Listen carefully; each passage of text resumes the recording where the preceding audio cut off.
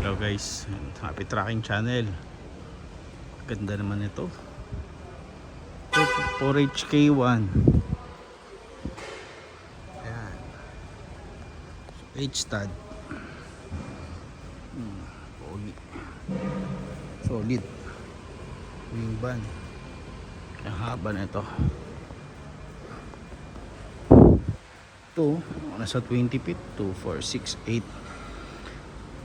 14, 16, 18, 22 feet, 8 stud, 19.5 yung gulong. Yan, tignan nyo. Ay, sarado. Pero anyway, yan, tignan nyo yung body guys. Maganda, solid. 4HK1, 19.5 lang yung gulong nito, no? Pero may lifter siya. Ayan. So hindi ko sure guys kung dadali na to for breeding dito sa Japan. Ito pa yung isa na forward 6HK1 CRDI naman, pero giga yung muka. Itong H-stud, ito maganda, H-stud na 4HK1. Pero kung body, ito mas maganda. Ito yung giga.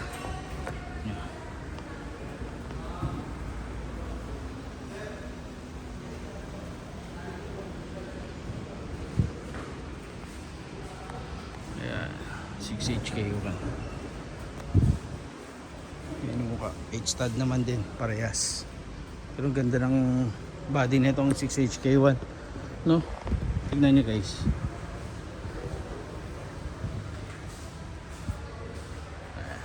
HK1, ganda. Malinis. Forward to. So ito pa. Meron din ditong 10-wheeler. Solid. Solid na nakabili na. Ito. Kita nyo ba guys? Ganda. Panalo. Original yan ha. Hindi pininturan dito yan. Yung body, yung ganda. Diyan, Japan.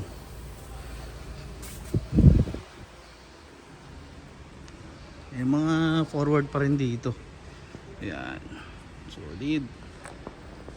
Ganda ng body na itong 12-wheeler na to. Stainless. Freezer. Electronic. Ayan. So tingin pa tayo. Mga drop side naman. Ayan. So ayun lang guys, no? Yung mga hanapin pa tayong unit para sa mga subscribers natin. Maraming salamat din. Tapos meron tayong nakasalubong yung subscribers din natin, no? Marunong na sila, alam na nila mamili sa Subic, so hindi na nila kailangan magpa-assist. Ayun lang, sulubong natin sila dito, no? May nakuha na rin silang 12-wheeler, so congratulations. So ayun lang guys, ikot muna tayo, no? So maraming salamat. Happy tracking channel everyone. Thank you, bye bye and God bless.